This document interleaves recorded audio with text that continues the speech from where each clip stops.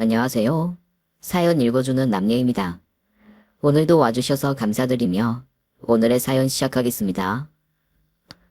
이제 곧 일주일 후면 하나뿐인 딸아이의 결혼식이 있습니다. 자식을 결혼시키려면 이렇게 마음감이 교차하나 봐요. 보통 결혼식장에서는 신부의 엄마가 눈물을 많이 흘린다고 하던데 아버지인 제가 눈물을 너무 많이 흘릴까봐 벌써부터 걱정이 됩니다. 청취자 여러분께 속 시원하게 제 이야기를 풀고 가면 좀 나을까 싶어서 이렇게 사연을 올립니다. 저는 올해 59살의 남자예요. 딸 이야기를 하기 전에 먼저 제 결혼 이야기부터 시작해야겠군요. 제가 결혼을 할 때는 제 어머니가 참 눈물을 많이 흘리셨네요. 제가 20살 때 아버지가 돌아가셔서 저는 그때부터 혼자 되신 어머니와 여동생을 돌보며 집안의 가장 노릇을 했습니다. 그래서 결혼 생각은커녕 연애다운 연애도 해보지 않고 직장 생활만 열심히 했었죠. 나름 내실이 있는 작은 중소기업에서 32살의 남들보다 일찍 과장으로 진급도 했답니다. 책임감과 성실함으로 꽉 차 있는 인생이었죠. 아내는 거래처의 총무과 직원이었어요. 상냥하고 미소가 예뻐서 첫 인상이 강렬하게 남았답니다. 하지만 저랑 나이차가 9살이나 났기 때문에 언감생신 연애 상대로는 생각도 못하고 있었죠. 김 과장님, 오늘 거래처랑 저녁 회식 있는 거 아시죠? 거래처 총무과 장은희 씨가 과장님 꼭 모시고 오라고 하던데요. 푸근한 오빠 같은 남자가 자기 이상형이라고 저한테 과장님에 대해서 엄청 물어보던데요. 은희 씨 내 여동생보다 훨씬 어린데 무슨 소리야. 당황해서 이렇게 말은 했지만 사실 이때부터 심장이 벌렁거리기 시작했죠. 마침 회식 자리에서 아내는 제 옆에 앉게 되었지 뭡니까. 워낙에 발랄하고 밝았던 아내와 저는 이런저런 이야기를 나누게 되었죠.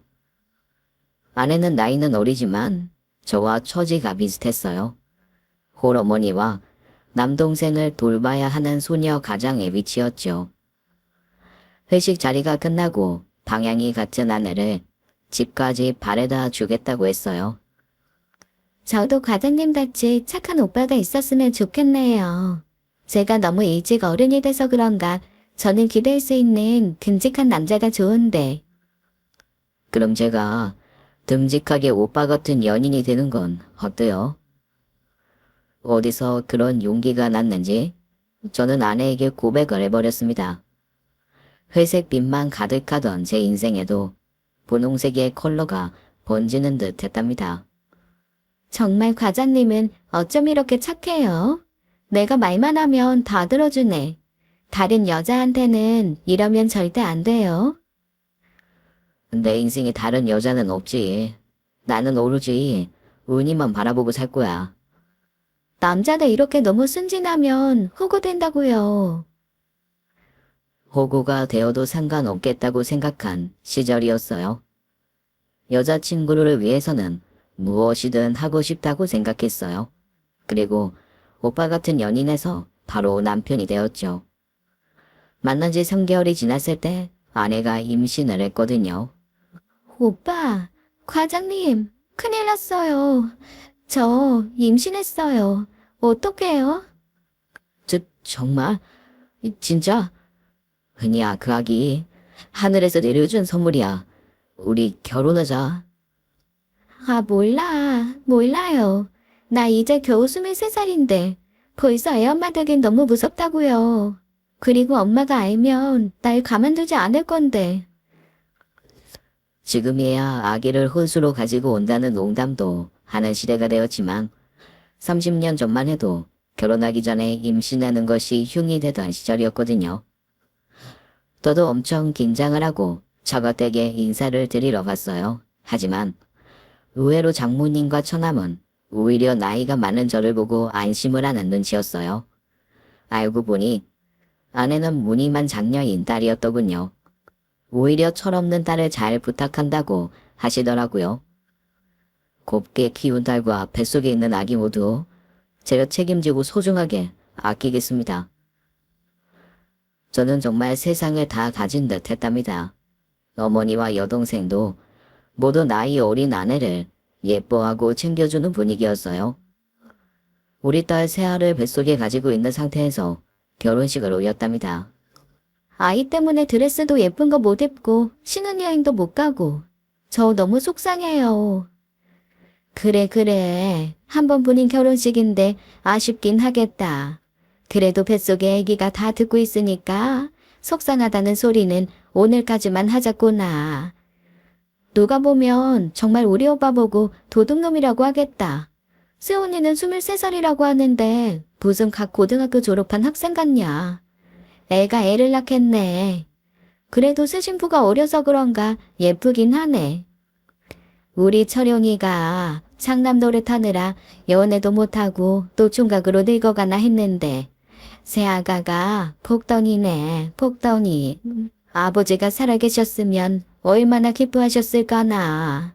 이렇게 어여쁜 며느리도 보고 손주도 보고 말이다. 이제 철용이 너도 네 가족이 생겼으니 우리 걱정은 하지 말고 네 가족만 돌보며 살아라. 그리고 아내의 고운 얼굴을 쏙 빼닮은 딸 세아가 태어났습니다. 우리 집에서도 처가에서도 첫아이라 세아는 이쁨을 많이 받았죠. 어머니와 여동생이 아내와 세아를 많이 보살펴 주었죠. 저는 결혼하기 전부터 더 열심히 살았답니다. 퇴근 이후에는 고깃집 불판 닦는 알바를 했어요. 아내는 결혼과 동시에 직장을 그만뒀는데 처갓집에 처남은 하복 중이었고 장모님도 건강이 좋지 않으셨거든요. 반나 없이 힘들게 일해도 아내와 딸 세아를 보면 고단함 따위는 바로 날아가 버렸어요.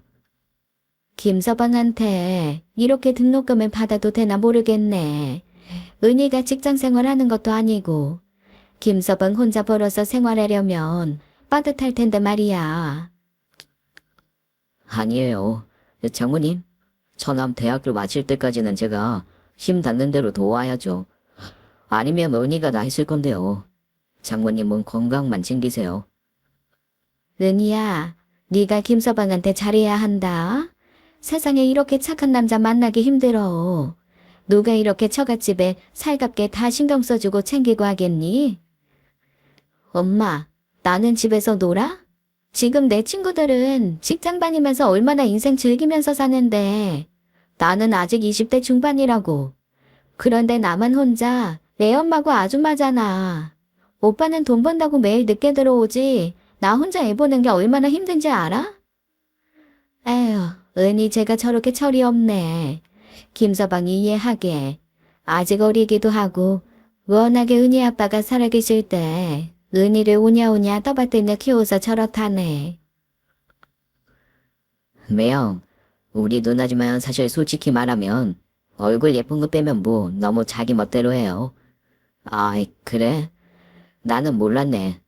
은희가 결혼하기 전에는 저랑 비슷한 처지라 나이는 어려도 장녀답게 철이 엄청 일찍 들었다고 생각했는데 나 혼자만의 착각이었나? 아이, 그래도 우리 세아가 은희 닮아서 너무 예쁘잖아요. 아내는 어린 나이에 엄마가 돼서 아이를 키우는 것을 힘겨워했어요. 그렇다고 제가 일을 줄일 수도 없는 상황이었죠. 일을 하면서도 최대한 육아를 돕기 위해 잠을 줄이는 수밖에 없었죠.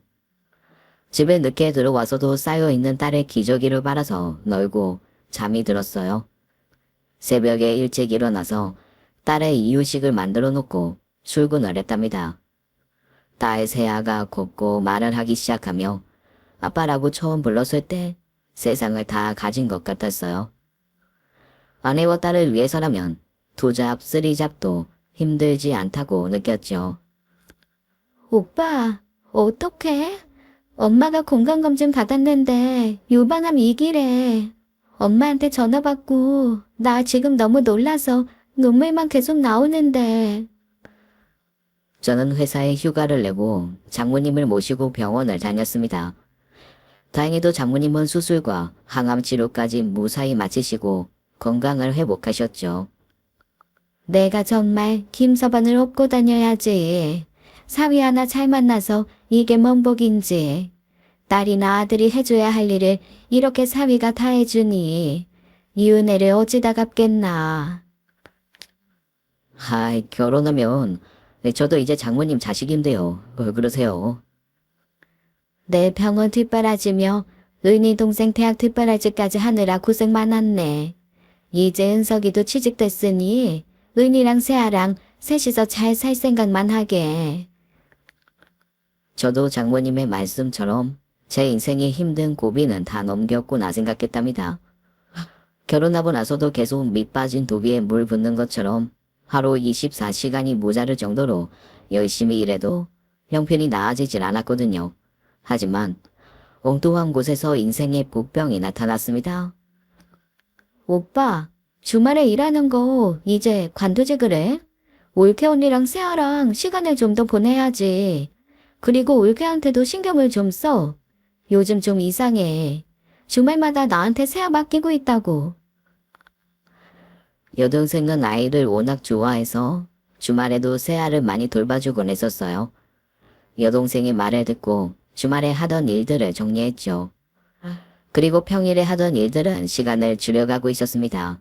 그런데 퇴근 시간이 지나고 나서 딸이 다니는 어린이집에서 전화가 왔어요. 전화기 너머로 엄마를 찾는 딸의 울음 섞인 목소리가 들리더군요. 어린이집으로 달려가서 우는 딸을 안고 집으로 돌아왔어요. 이번 달만 벌써 세 번째예요. 가끔 고모가 데리러 오는 경우도 있었고요. 이렇게 연락도 안 되고 늦으시면 아이도 그렇고 저희도 퇴근을 못해서 너무 힘들어요. 딸을 데리고 집으로 돌아가 저녁을 먹이고 씻기고 잠을 재웠습니다. 아내는 9시가 넘어서야 술이 취해서 집으로 돌아오더군요. 당신 지금 술을 마시고 들어오는 거야? 이 시간까지 전화도 안 받고? 엄마 맞아. 어린이집에서 세아가 얼마나 울고 있었는지 알아? 오빠가 데리고 들어왔겠지. 당신도 세아 부모잖아. 맨날 나만 세아를 돌보라는 법 있어? 저녁에 약속이 있으면 나한테 미리 얘기를 해야지. 이렇게 예고도 없이 술 마시고 연락 안 되면 어떡해. 내가 오늘은 친구들을 만났는데 간만에 20대처럼 노느라고 깜빡했네. 나도 내 나이가 아직도 20대인 걸 까먹고 있었네. 애 엄마의 아줌마처럼 사느라고. 이게 다 오빠 만나서 이렇게 된 거 아니야. 은희야, 너도 이제 곧 30살이야. 이제 20대 타령 그만둘 때도 됐잖아. 세아를 봐. 우리 딸이 이렇게 예쁘게 커가고 있는데 뭐가 그렇게 억울한데. 그래. 나는 곧 30이고 오빠는 내일 모레면 와우 40이 되겠네요. 와, 동네 사람들. 우리 남편은요. 이제 곧 40이에요. 하하하. 이제 차장에서 곧 부장님 되시겠어요. 이미 술이 많지 않은 애였어요. 일단 아내를 재우고 멀쩡한 정신에 이야기를 해야겠다 싶었죠. 저는 회사 이외에 하던 일들을 모두 정리했어요. 정신이 번쩍 드는 느낌이었어요. 돈보다도 아내와 딸을 위해 시간을 내는 게 더 중요한 시기라고 생각했지요. 하지만 이건 시작에 불과했죠. 아니 어쩌면 이미 그 전부터 시작되고 있었겠네요. 김 차장, 나 며칠 전에 도대리랑 재수 씨랑 같이 있는 거 봤거든. 그런데 원래부터 둘이 그렇게 친했나? 원래 저랑 연결해준 게 조대리잖아요. 나이가 비슷하니까 친하게 연락하고 있더라고요. 아내를 위해 일주일에 두세 번은 제가 퇴근을 하고 세아를 어린이집에서 데리고 왔어요.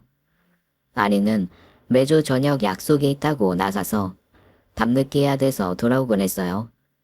그동안 딸을 키우느라 힘들었던 것을 한꺼번에 푸는구나 하고 이해를 했죠. 하지만 그 이후에 또 연락이 안 돼서 어린이집에서 저에게 전화가 왔습니다.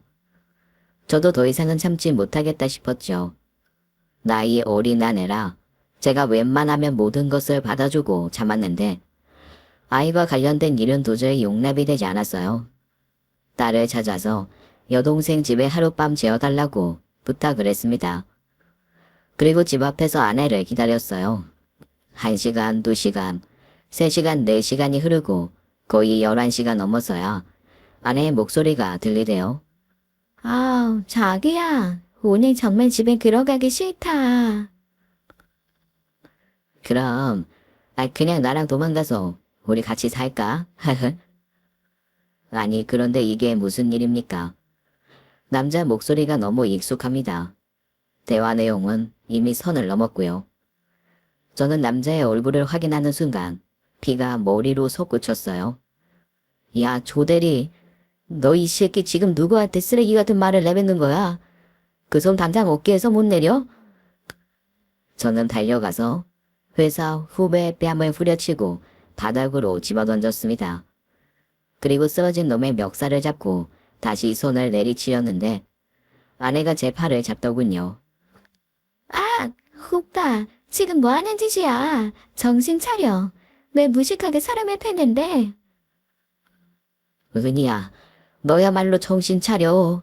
너 새야 엄마고 내 와이프야. 지금 이 시간에 남자랑 술 마시고 집 앞에서 뭐 하는 짓이냐고. 아, 지겨워. 그놈의 엄마, 와이프, 며느리 타령. 나 다 때려치고 싶다고. 왜? 그 손으로 나도 때려보라고. 이미 아내는 혼자서 몸을 가눌 수 없을 정도로 취해 있었어요. 저는 회사 후배의 멱살을 놓고 아내를 부축해서 집으로 들어갔어요. 그리고 아내를 방에 눕혀놓고 거실로 나와서 와이프의 핸드폰을 열어서 문자를 확인했지요. 누가 뒤에서 제 머리를 돌로 내려치는 것 같더군요. 이미 아내는 제 회사 후배와 선을 넘은 지 오래되었더군요. 저를 얼마나 만만하게 봤으면 그 많은 문자와 사진을 지우지도 않고 간직하고 있었을까요? 무수한 생각이 오갔습니다.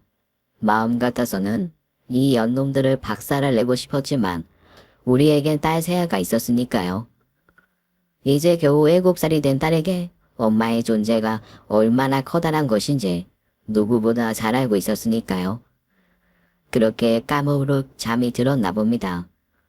알람 소리에 깨서 일어나서 안방으로 가보니 안에는 온데간데 없고 장롱과 서랍 장군이 다 열려 있었어요. 혹시나 싶어서 장롱 구석에 있던 상자를 보았더니 텅텅 비어있더군요. 안에는 딸 베개와 돌에 받았던 반지들과 결혼식 예물 반지와 목걸이, 시계를 모두 들고 나갔어요.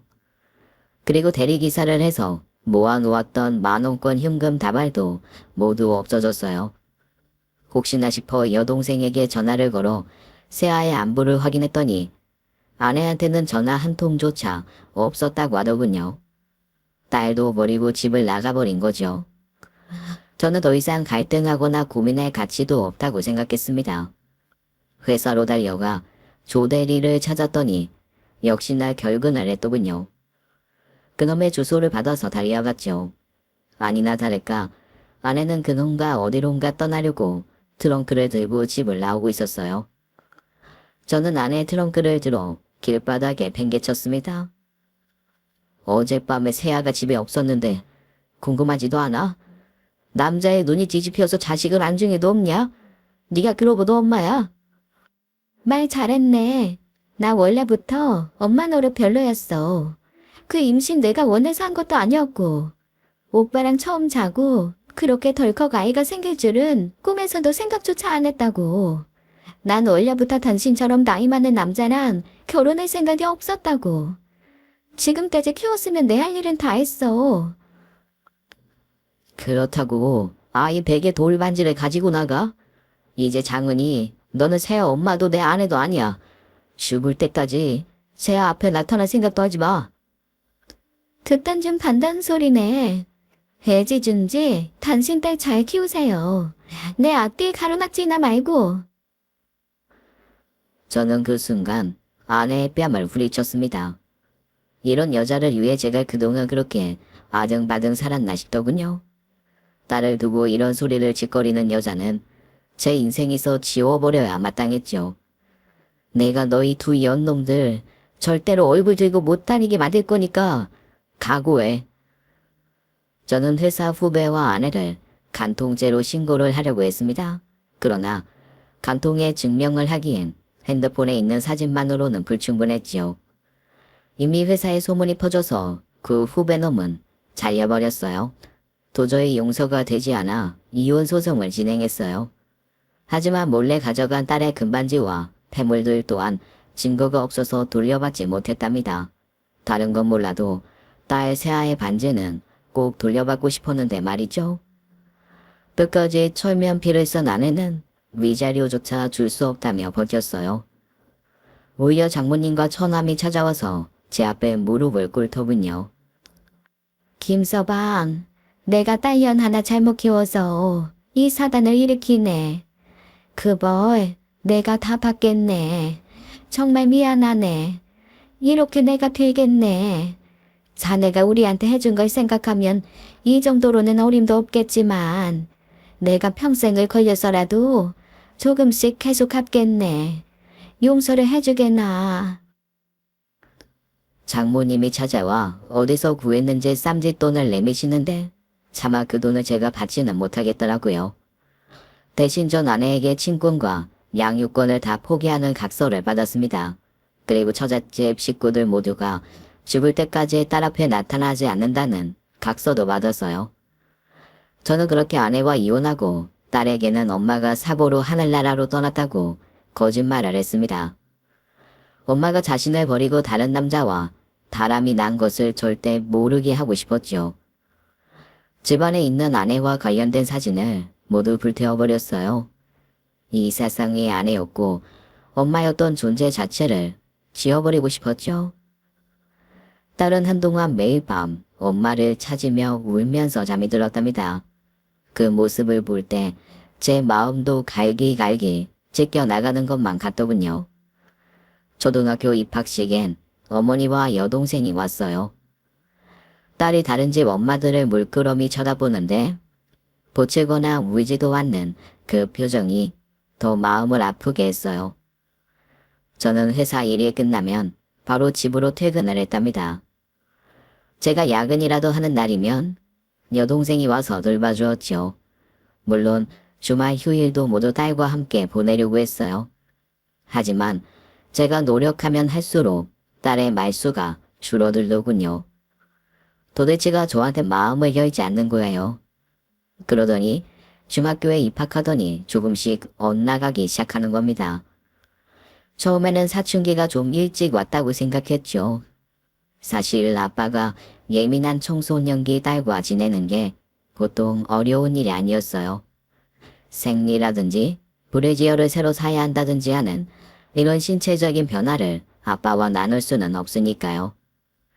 엄마의 존재가 절실하게 필요한 시기였죠.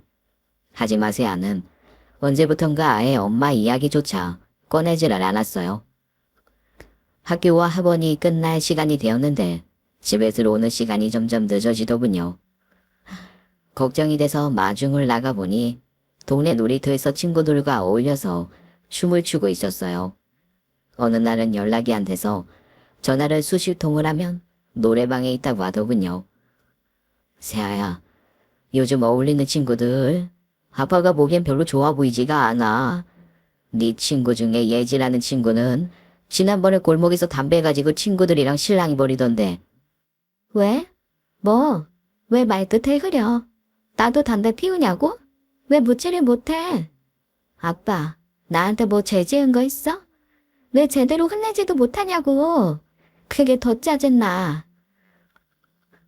혼자 있는 딸이 안쓰러워 큰소리 한번 제대로 내지 않고 키웠죠.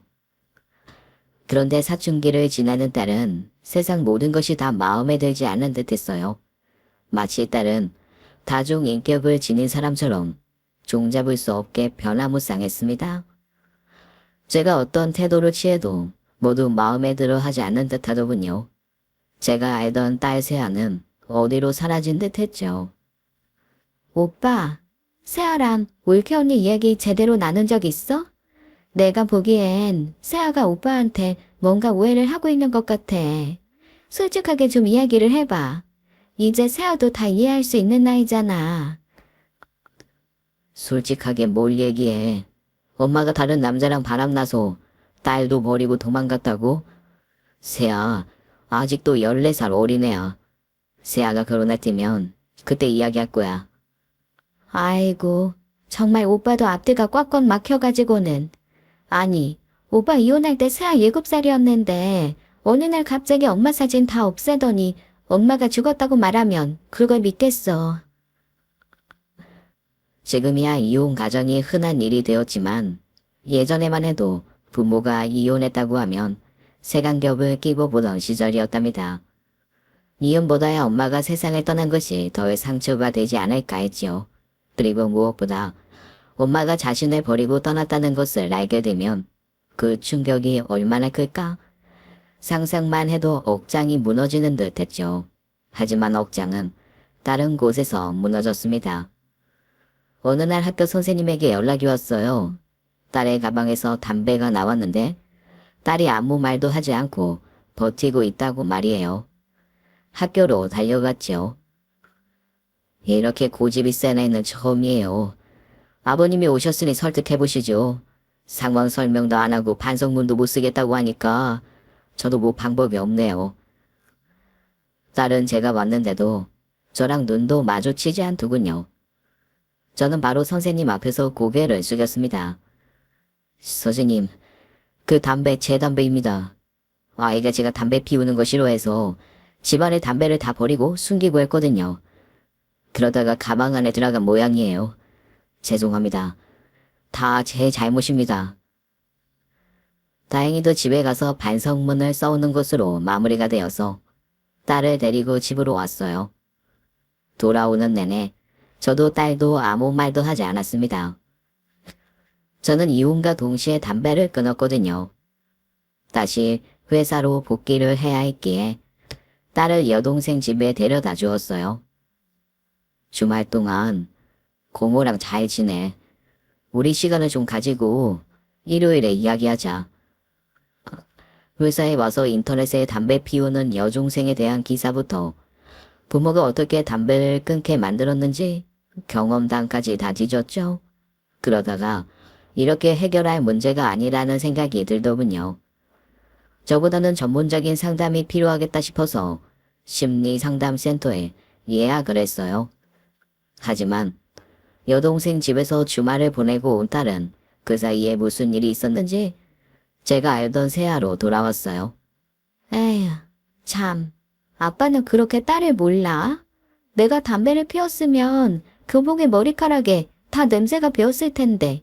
담배 안 피는 아빠가 그 냄새를 못 맡았겠어? 상담센터 그딴 거 필요 없어. 아니, 뭐 아빠는 물론 그렇게 믿고 있었지만 그래도 네가 아빠한테는 말하지 못하는 게 아, 됐고. 이제 질풍노도 사춘기 반항놀이도 시시해졌어. 그만할래.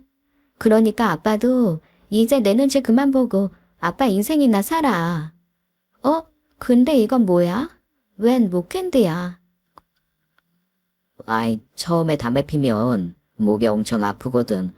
그래서 목 캔디라도 먹으면서 아이, 정말? 걔가 아빠가 이러니까 반항하는 게 재미가 없는 거잖아. 이 딸 바보탱이 아빠야. 정말 너무 오래간만에 딸이랑 함께 웃어봤습니다. 딸은 그 이후로부터는 수많은 다중인기업들은 사라지고 밝고 명랑하고 살가운 딸로 돌아왔답니다. 그 이후로도 가벼운 몇 번의 고비는 있었지만 고등학교에 들어가서는 정말 공부에 매진하더군요. 그래서 서울에 있는 대학에 수시로 합격했답니다. 몇 달 동안 주말도 없이 아르바이트를 열심히 하더라고요. 세아야, 네 대학 입학금이랑 등록금 아빠가 벌써 다 마련해놨어. 그러니까 그렇게 힘들게 아르바이트 안 해도 돼. 짜잔. 아빠, 내가 무슨 등록금 마련하려고 이렇게 미친 듯이 알바를 했겠어? 아빠 다음 달에 생일이잖아. 우리 같이 필리핀으로 여행 가자. 내가 여행사의 패키지로 다 예약했어. 회사에 휴가 신청이나 미리 해놔. 그러고 보니 남들 한 번씩은 가봤다는 해외여행을 딸과 저는 해본 적이 없었네요. 딸이 얼마나 힘들게 일해서 모은 돈으로 준비한 곳인지 알았기에 이번에는 무조건 오케이 했죠. 둘 다 해외여행은 처음이라 준비할 게 많더군요. 여권부터 만들고 커다란 캐리어도 장만하고 처음으로 수영복도 샀답니다. 둘이서 여행지에서 입을 옷도 색깔을 맞춰서 사서 집에서 입고 거울 앞에서 포즈도 취했죠. 이미 여행을 가기 전부터 너무 설레고 즐거운 시간이었어요. 이래서 사람들이 여행을 다니는구나 싶더군요. 세아야, 아빠가 항상 한 말 넣는구나. 진작 너랑 이렇게 여행도 다니고 했어야 했는데 이렇게 좋은 걸 너무 늦게 알았네. 하하. 이제부터 다니면 되지. 그동안은 어차피 공부하느라 시간도 없었잖아. 이번엔 타키즈 여행이지만 다음엔 우리 다른 데로 자유여행 떠나보자. 아빠도 그러니까 이제부터 영어 회화 공부 시작해. 알았지? 딸과 저는 둘이서 맞춤 모자와 옷을 입고 비행기를 탔습니다. 둘이서 기내식도 먹어보며 필리핀 여행지에 도착했죠. 패키지팀에는 15명 정도가 있더군요. 제 또래 아줌마들 친구들 모임도 있었고 가족 단위도 있었죠. 가이드가 있어서 우리는 편하게 공항에서 호텔까지 이동을 했답니다. 대규모 리조트 호텔에는 수영장만 몇 개가 있더군요. 그리고 호텔 바로 앞에는 그야말로 푸른 바다가 그림처럼 펼쳐져 있었어요. 세아야, 아이 아빠 볼 좀 꼬집어봐. 여기가 천국이냐? 이거 꿈 아니지? 이쪽 바다 색깔 무슨 푸른 잉크를 풀어놓은 거냐? 너무 좋아서 정신을 차릴 수가 없다. 에이, 아빠 촌스럽게 왜 이래? 해외여행 처음 온 사람처럼 이렇게 티 팍팍 낼래? 이 정도는 아무것도 아니라고. 내일은 우리 배 타고 고래상어 보러 갈 거라고. 그리고 오리발 끼고 저 푸른 바다에서 수영도 할 거니까 벌써 놀라서 정신줄 놓으면 안 된다고요. 저는 딸의 모습이 너무 예뻐서 혼심에 힘을 기울여서 사진을 찍었죠. 물론 그래봤자 계속 똥손이라며 구박을 받았지만요. 보통 모녀 사이 자주 보는데 이렇게 부녀만 오시는 케이스 진짜 드물거든요. 그런데 두 분 사이 너무 좋아 보이는데요. 아빠랑 딸이랑 이렇게 사이가 좋기 힘든데 아버님, 비결이 있습니까? 제가 비결이 있는 게 아니고 이게 다 제 딸 덕분이에요. 이번 여행도 우리 딸이 아르바이트해서 모은 돈으로 제 생일 선물로 마련한 거고요. 저는 할 수만 있다면 온 세상에 딸 자랑을 하고 싶더군요. 다음날 아침 일찍 고래상어 투어를 하기 위해 호텔 로비에 모여 선착장으로 이동을 했습니다. 배가 커서 우리 패키지 팀 이외에도 개인적으로 투어를 신청한 사람들도 합류하는 듯했어요. 외국인 가족들도 있었고 한국의 커플들도 보이더군요. 그런데 그 중에 한 커플이 눈에 들어왔습니다. 여자가 모자를 벗고 남자와 셀카를 찍는데 순간 들고 있던 물통을 떨어뜨렸어요. 그 여자는 바로 이혼한 전 부인이었어요. 그 여자의 시선과 제 시선이 허공에서 마주쳤죠. 10년이 넘는 시간이 지났어도 바로 알아볼 수 있었죠. 제 눈에서 불꽃이 나지 않았을까 싶었네요. 원수는 외나무 다리에서 만난다고 하더니 하필 그 많고 많은 여행지 중에 여기서 마주치게 되다니 12년의 시간은 제 분노와 미움을 잠재우기에는 부족한 시간이었나 봅니다. 그런데 옆에 있는 남자는 회사 후배가 아니었어요.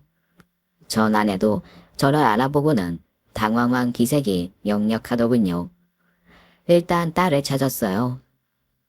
고래상어 보려면 3대가 복을 쌓아야 할 정도는 아니고요. 오늘은 날씨도 좋고 파도도 심하지 않네요. 1시간 후에 모두 고래상어 보실 수 있을 것 같아요. 고래상어 보시고는 점심 식사 이후에 스노클링 진행하도록 할게요. 딸은 사진 찍기 좋은 데를 선점한다며 배 여기저기를 돌아다니며 위치를 파악을 하고 있었어요. 오후 시간까지 꼼짝없이 같이 있어야 하는 상황이었던 거죠. 자, 여기 한국인 커플께서는 오늘 하루만 제가 같이 가이드 해드리게 되었어요. 점심 먹고 작은 배로 이동할 때도 함께 움직이실 거니까 서로 인사들 하세요. 이 두 분은 신혼여행이시라고요? 자, 여기 신혼부부를 위해 환영의 박수. 딸은 옆에서 사람들과 함께 환호성과 박수를 치더라고요. 보아하니 전혀 알아보지 못한 모양이었어요. 하긴 7살 이후로 본 적도 없고 제가 사진이란 사진은 다 불태웠으니 엄마 얼굴이 기억나기는 힘들겠다 싶더군요.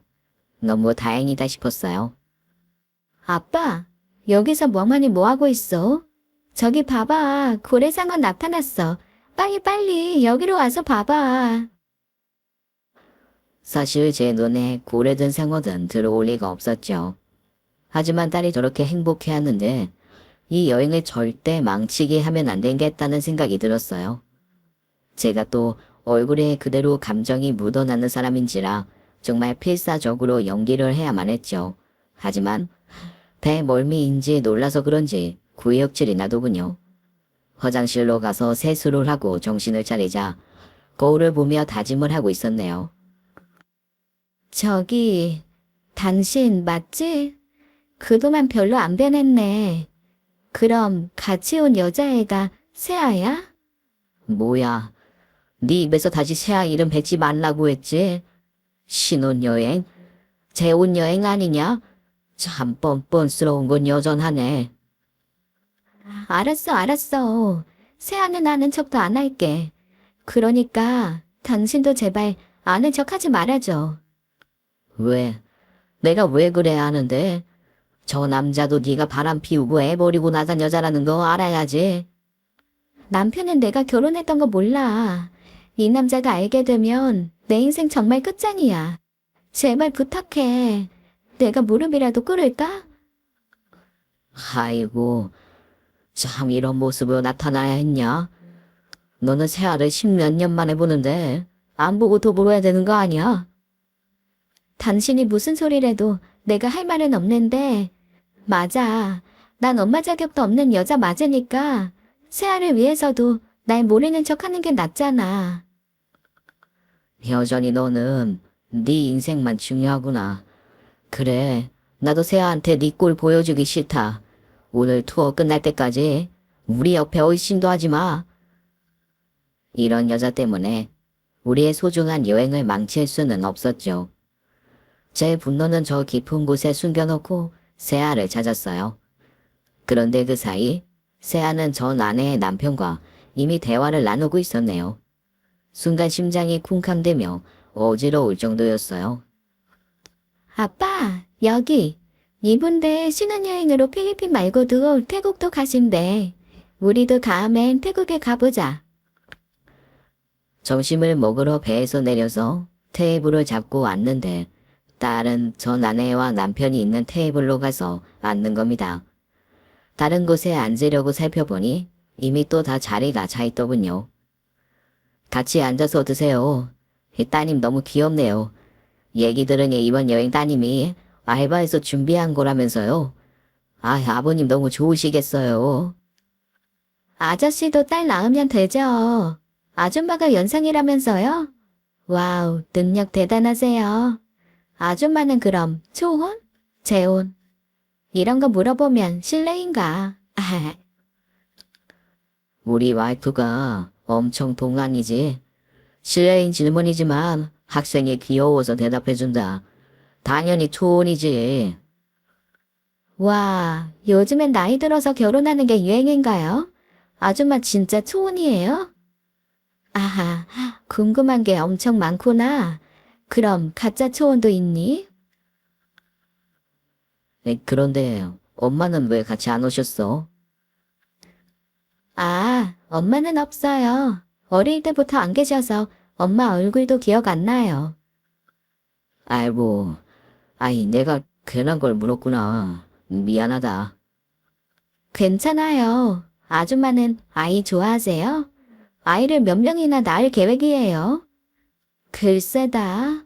그건 우리가 알아서 할 건데 굳이 설명을 해야 할까? 아니, 아이를 좋아하지 않으면 낳지 말라고요. 아이를 낳기만 하고 무책임하게 떠나버리는 사람도 있더라고요. 뭐? 아, 그래? 제 친엄마가 그랬어요. 7살인가? 어느 날부터 엄마가 안 보이는 거예요. 매일 밤마다 엄마가 보고 싶어서 울었어요. 그런데 아빠가 엄마가 죽어서 하늘나라로 갔다는 거예요. 세아야, 처음 만난 사람들한테 뭐하러 그런 이야기를 해? 아빠, 원래 비밀은 처음 보는 모르는 사람한테 털어놓는 거야. 저기, 미안한데, 우리는 신혼여행 중이라 그런 사적인 이야기 듣는 게 좀 불편하구나. 아, 그러세요? 그럼 아줌마랑 아저씨 어떻게 결혼하시게 된 건지 말씀해 주세요. 40대 여자가 30대 남자랑 어떻게 결혼까지 하게 됐을까 너무 궁금해요. 아줌마 혹시 커리어 우먼? 능력자? 나도 처음에 나보다 어리거나 동갑일 거라고 생각했지. 와이퍼 옆자리에 앉아있는데 후광이 비치더라고. 아, 한마디로 첫눈에 반했다? 아줌마는 정말 얼굴이 예뻐서 남자들이 엄청 많았을 것 같은데 어떻게 40살이 될 때까지 결혼을 안 하셨어요? 진짜 결혼 처음 하는 거 맞아요? 뭐, 일을 하다 보니 헌기를 놓쳤네. 결혼도 다 인연이 있어야 하는데 늦게야 인연을 만난 거지. 무슨 일 하셨는데요?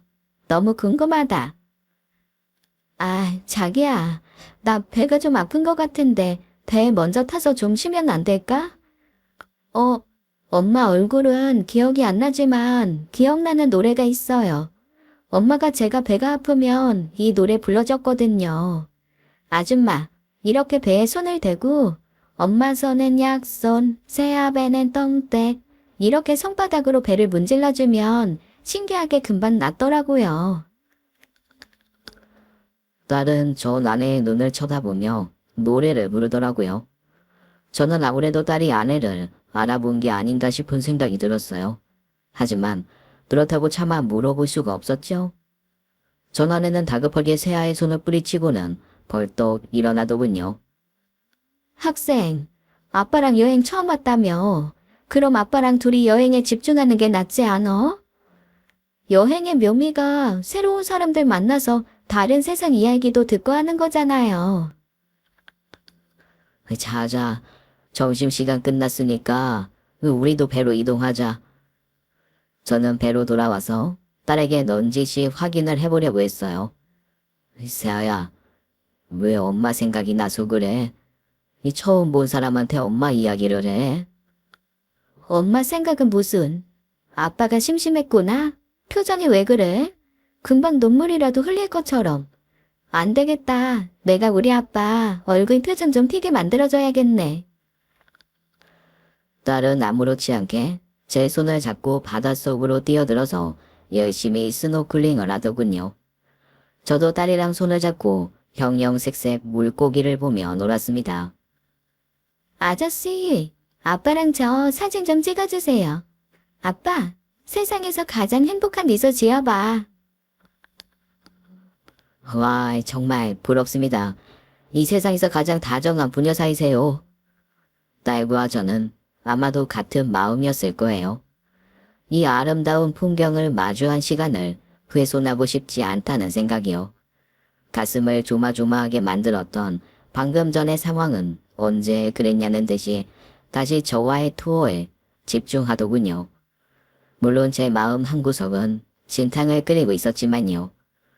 그렇게 그날의 투어가 마무리되고 배가 선착장에 도착했어요. 30분 후에 버스 타고 이동하겠으니까 자유시간 갖다가 다시 모여주세요. 개인 투어로 오신 분들은 돌아가시면 되고요. 새 학생, 덕분에 즐거웠어요. 나머지 여행 잘하고 들어가요. 전 아내는 목례만 하고 뒤돌아서더군요. 저도 간단하게 고개를 숙였죠. 엄마, 끝까지 나 모른 척 할 거야? 순간 주변 사람들까지 다 딸을 쳐다봤습니다. 투어팀들이 흩어지려다가 다시 모여들었어요. 전 아내는 순간 얼어붙었다가 고개도 돌리지 않고 남편의 팔을 잡아 끌더라고요.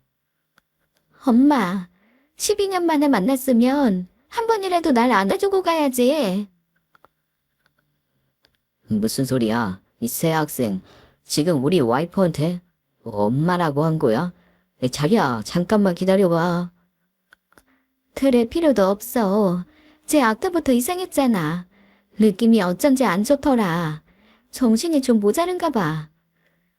남편 후배랑 바람나서 7살 딸까지 버리고 이혼했잖아. 저기요, 딸 간수 좀 잘하세요. 딸 머리가 어떻게 된 거 아니에요? 뭐, 어쩌고 저쩌? 메다한테 지금 뭐라고 하는 거야? 아저씨, 이 아줌마한테 속으신 거예요. 초혼은 무슨 초혼? 우리 엄마 23살에 저 임신하고 우리 아빠랑 결혼했어요. 이미 20년 전에 결혼한 여자라고요. 그리고 아빠 후배랑 바람나서 집 나갔으니까 이번이 세 번째인가 그럼? 아니다. 10년 동안 몇 번을 했을지는 아무도 모르지. 자기야, 얘 말 믿지 마. 아까는 엄마가 죽었다고 했잖아. 이렇게 횡설수설하는 거짓말에 속으면 안 돼. 너 무슨 이유 때문에 이런 거짓말 하는지 모르겠다만 빨리 한국에 돌아가서 정신과 상담이라도 받아봐라. 이 여자가 말을 함부로 하고 있어. 야, 아빠, 흥분하지 마. 아저씨, 이 여자 이름 장은이 맞죠? 결혼했으니까 장모님 이름도 알겠네. 오자, 정자, 순자, 오정순. 남동생은 장은석. 설마 부모랑 형제도 없다고 하진 않았겠죠? 맞아. 장모님 이름이랑 처남까지. 어이, 세상에. 아니야. 내 이름을 어떻게 알아냈는지 모르겠지만 저 정신병자 애한테 속으면 안 된다고. 저는 아내의 정신병자 이야기에 참을 수가 없어서 아내에게 달려들었는데 남편이 빨랐습니다. 남편은 바로 아내의 귀싸대기를 날리더군요. 듣는 내가 다 미안하고 창피하다. 나를 속인 것도 끔찍하지만 어떻게 친딸한테 끝까지 이렇게 잔인하게 구냐? 네가 이러고도 사람이야. 아저씨, 그리고 조심하세요. 아마 내일 아침에 돈이랑 보석들 다 들고 도망갈지도 몰라요. 집 나갈 때 제 베개 돌반지랑 결혼 예물도 다 들고 도망갔거든요. 정말 최악이었군. 새아 아버지가 존경스럽네요. 나 같으면 알아보는 순간 면상부터 날렸을 텐데. 이미 인연 끝낸 여자보다 제 딸과의 시간이 훨씬 소중하니까요. 신혼여행 이렇게 끝나게 돼서 유감이네요. 오히려 제가 새 학생한테 감사하죠. 아니면 평생. 생각만 해도 끔찍하네요. 야, 장은이, 한국 돌아가면 혼인민자 사기죄로 고소할 테니까 어디 도망갈 생각 하지도 마로. 제발, 제발 한 번만 용서해줘. 내가 당신 사랑하는 건 거짓이 아니라니까. 진짜야. 이렇게 무릎 꿇고 내가 빌게. 야, 정신 차려. 순서가 잘못됐잖아. 먼저 네 딸한테 손이 발이 되도록 빌어야 되는 거야. 남자는 전 아내의 손을 냉정하게 뿌리치고 떠났습니다. 전 아내는 얼굴도 들지 못한 채 주저앉아서 울더군요. 우리를 둘러싸던 사람들도 혀를 차며 흩어졌지요. 딸은 그 앞에 계속 서 있었어요. 사람들이 다 떠나고 난 뒤에 아내는 겨우 고개를 들었어요. 미안하다, 세아야. 내가 정말 잘못했어. 미안하다는 소리가 그렇게 어려웠어?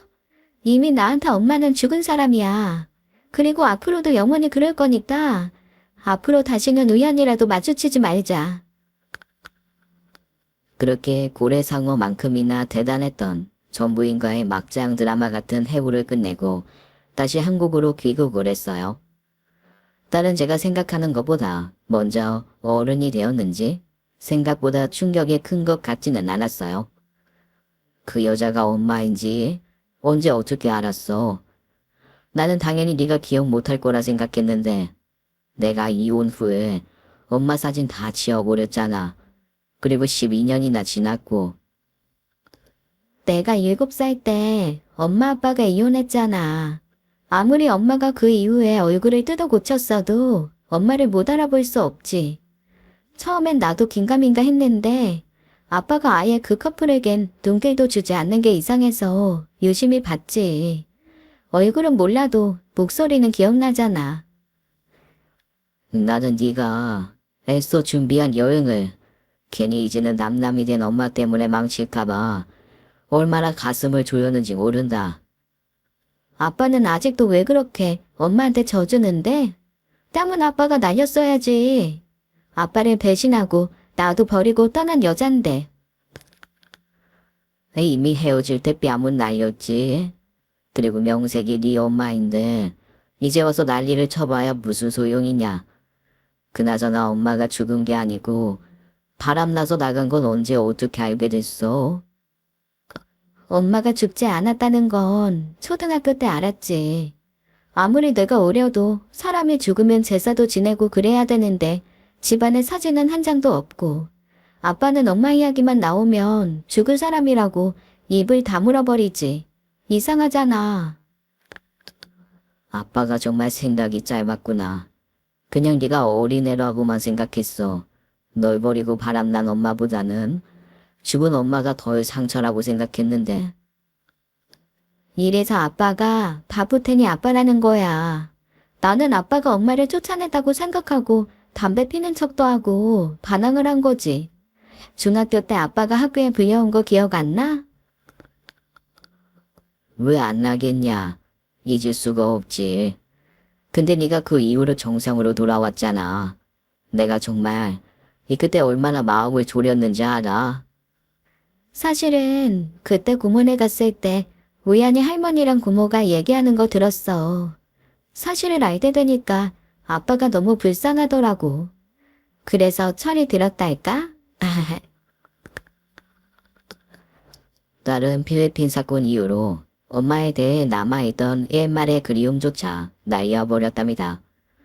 덕분에 딸과 저는 남들이 다 부러워하는 끈끈한 부녀 사이가 되었죠. 한때는 엄마에 대한 결핍으로 연애를 잘 못하지 않을까 걱정을 했는데 웬걸요? 대학교 내내 쉬지 않고 연애를 하더군요. 남자를 많이 만나봐야 좋은 남자를 보는 눈이 생긴다나요? 공부도 연애도 열심히 하던 딸은 졸업과 동시에 은행에 취직을 했답니다. 회사 동료의 소개로 만난 남자와 2년 동안 연애 끝에 결혼을 하기로 했지요. 결혼을 앞두고 저 혼자 부모석에 앉을 생각을 하니 이런저런 생각이 들었어요. 요즘에는 이혼한 부부가 자식 결혼에는 참석해서 함께 부모석에 앉기도 하더라고요. 세아야, 오서방한테는 우리가 이혼한 거 얘기했어. 사돈 어른들도 다 알고. 네가 원하면 엄마 한번 찾아볼까? 아빠, 무슨 소리야. 아빠는 이렇게 항상 이중배려가 문제야. 그게 또 날 위한 생각이라 혼자서 굴을 파면서 내린 결론이지? 예전에 필리핀에서 그 난리를 쳐놓고는 무슨 엄마를 찾아봐. 내가 아직도 엄마가 필요한 애로 보여? 난 상관없는데 아빠 혼자 군산 떨면서 앉아있기 뭐하면 옆에 고모라도 앉게 해. 사실 고모가 엄마나 마찬가지였지 뭐. 그래, 그런 방법도 있구나. 역시 우리 딸이 똑똑하네. 아빠, 그리고 나는 결혼식장에 남편이랑 손잡고 들어갈 거야. 그러니까 무슨 내 손잡고 사위에게 넘겨주면서 눈물 흘릴 생각은 하지도 마라. 결혼식장에서 아빠가 울면 진짜 사연 있어 보이니까 억지로라도 입술 올려서 빵긋빵긋 웃고 있어야 돼. 네, 우리 딸 세아는 이렇게 요즘 말로 쿨하게 잘 자랐답니다. 엄마도 없이 혼자서 혼수며 결혼 준비하는 게 너무 미안하기도 하고 대견하기도 해서 제가 또 엉뚱한 소리를 해버렸네요. 이제 얼마 후면 제 품을 떠날 딸을 생각하며 머릿속이 복잡했는데 그래도 이렇게 여러분들에게 말을 하고 나니 속이 다 시원합니다. 청취자 여러분들도 우리 딸 세아의 결혼과 앞날을 축하해 주시면 감사하겠습니다. 저도 이제 품 안에 있던 우리 딸을 홀홀 날려보내고 취미생활도 하며 인생을 좀 여유있게 살아보겠습니다. 지금까지 사연 읽어주는 남녀였습니다. 끝까지 함께 해주신 여러분 감사드리며 저희는 다음 사연으로 돌아올게요. 감사합니다.